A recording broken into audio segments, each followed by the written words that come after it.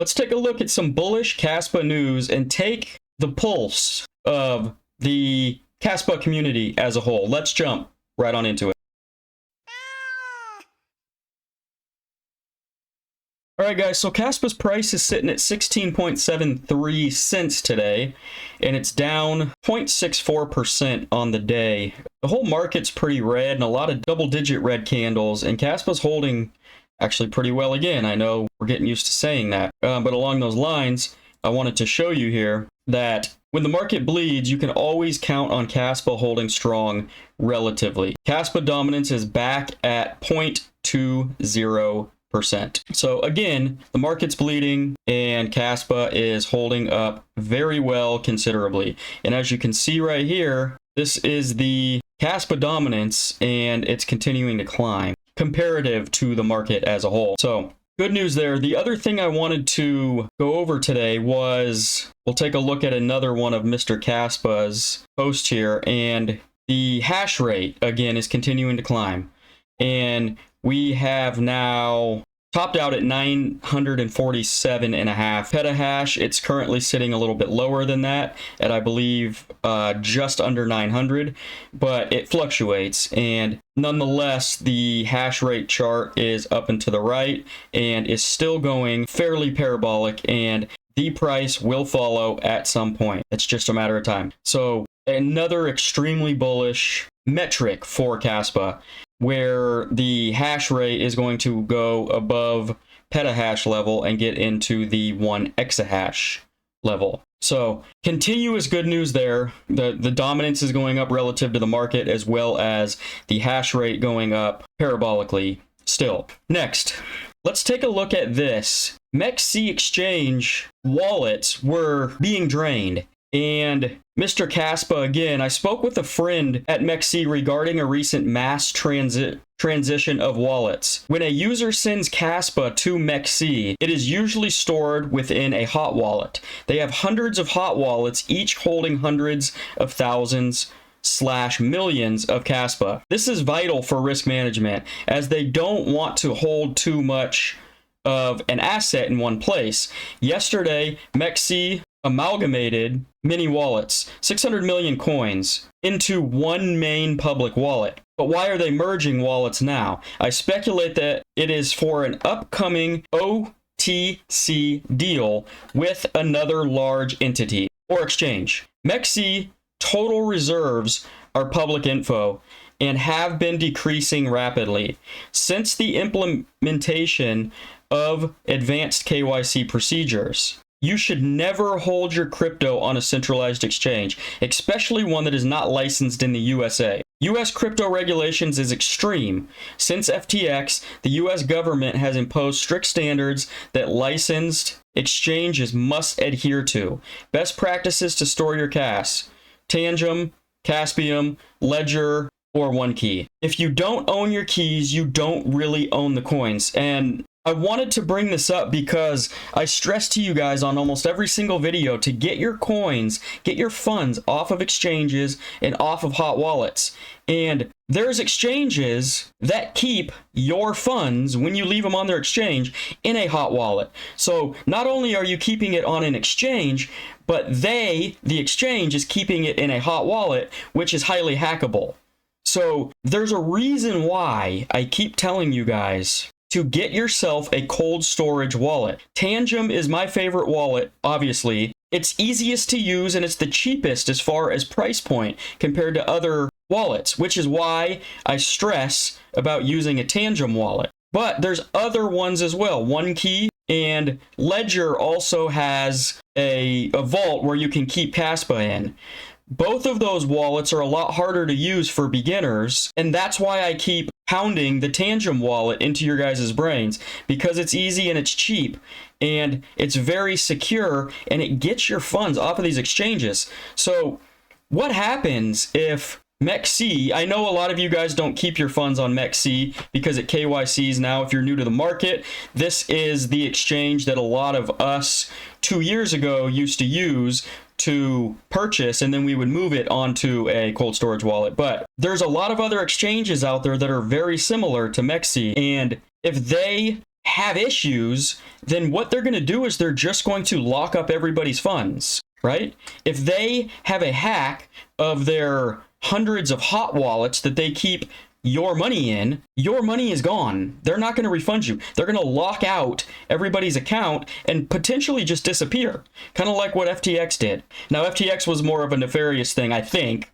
Trusting a small sketchy exchange like this is not in the best interests of you, yourself, or anybody investing in crypto. So I can't stress enough to get your funds off of exchanges before something happens, right? You might be sitting there saying nothing's ever going to happen. It's probably going to be fine. You may be right. But if it does happen and you were warned 300 million times to get your funds off into a cold storage wallet and you didn't do it, there's no one to blame but yourself at that point.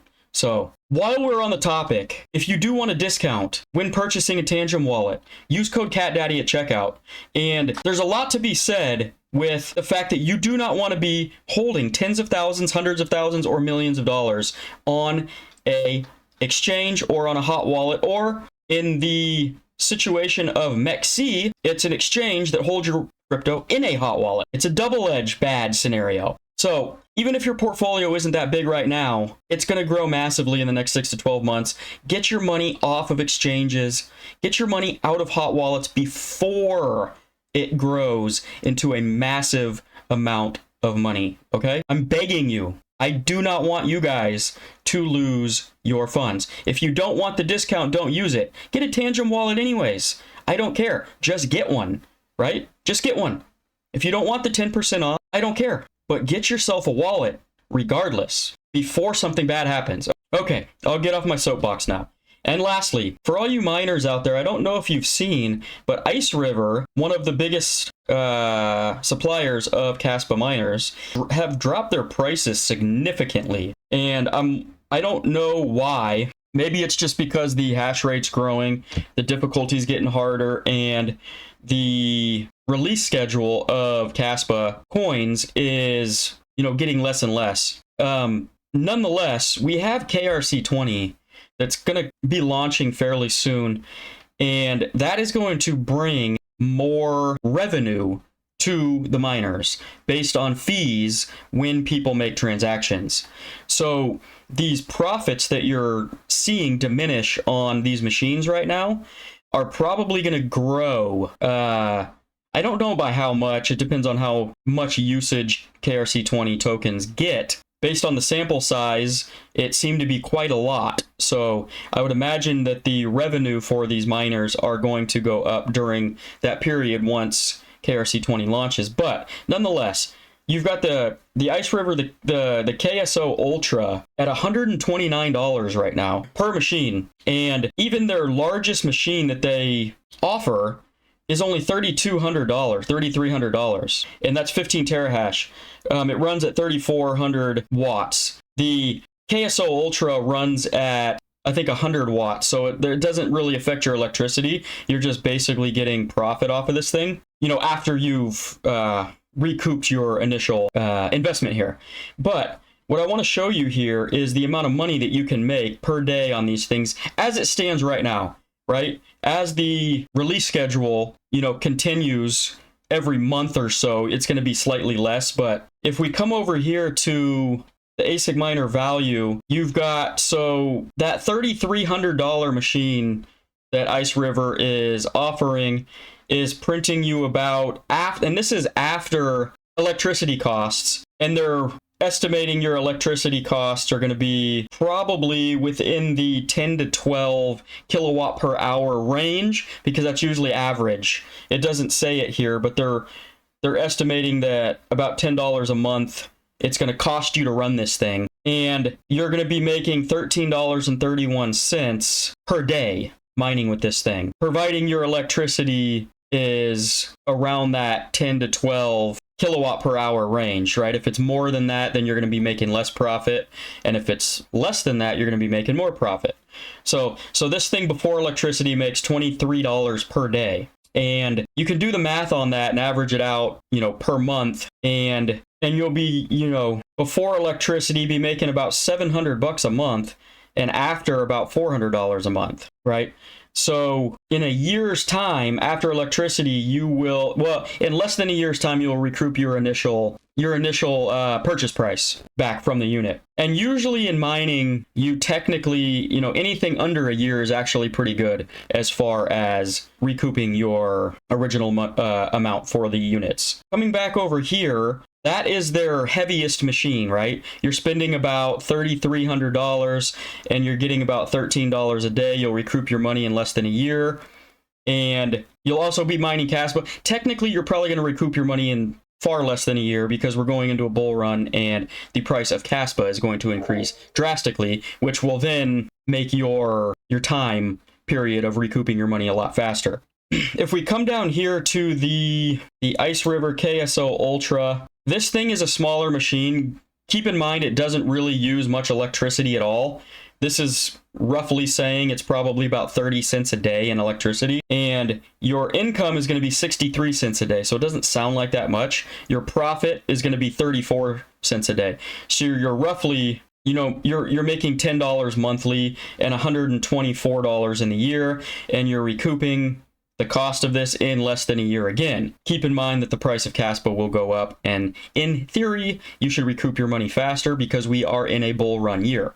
That being said, it's not a huge amount of Kaspa you're mining with this thing, but if you buy some of these and you just let them run through the bear market and into next bull run, you're probably going to be sitting pretty good when it comes to the amount of Kaspa that you own. That being said, I have one of the original KSOs, and right now it was a KSO Pro, I believe. It's only making 2 cents a day. It's not making much at all, and I can see that with my rewards. But I bought it earlier on, and it was making a lot more Kaspa. It was making about 30 Kaspa a day back then. Now it's making about 30 Kaspa a month. So this one says that you are profiting only 3 cents a day, which is probably exactly what's going on. And then you're only making $10 a year. But I'm just going to let this thing keep running because it's making me Kaspa, and it's costing me pretty much nothing on my electricity bill.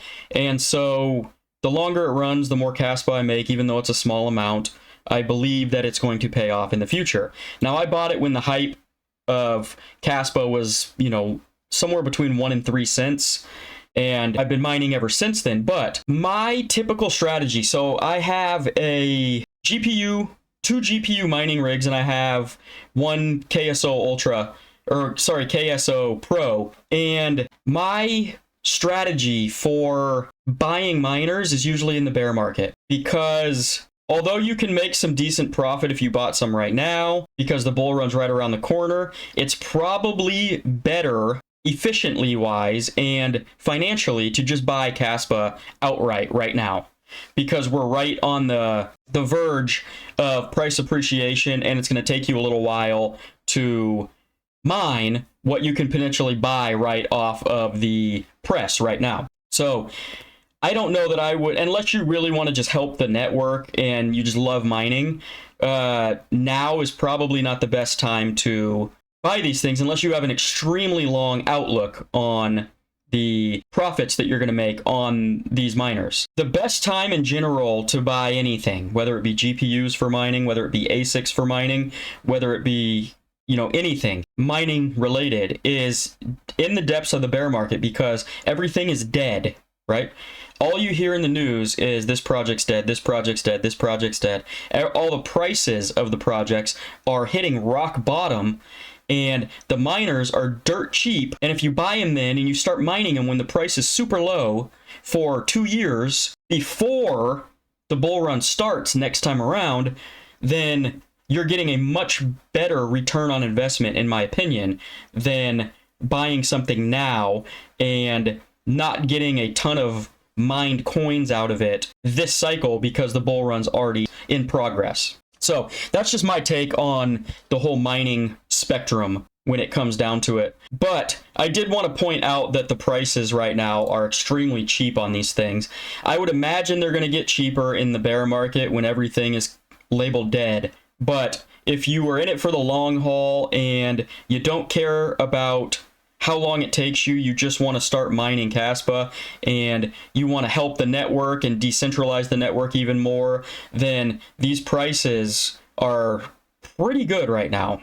So just something to think about. And like I said, in full disclosure, I'm not buying any at these prices. I am going to wait, and I will probably buy some more mining equipment in the depths of the bear market, which should be summer to winter of 2026. We should be hitting the bottom fear, and the crypto market is dead for good news cycle. And that's when I typically will buy more miners. Plus, I will be making a lot of money this bull run, and I will use some of that money to buy the miners rather than money out of my pockets right now. So all in all, it just makes more sense to me to wait a little bit. So that'll be it for today. In the meantime, guys, continue to pack your damn bags before it's too late. I'll see you in the next video. Peace out.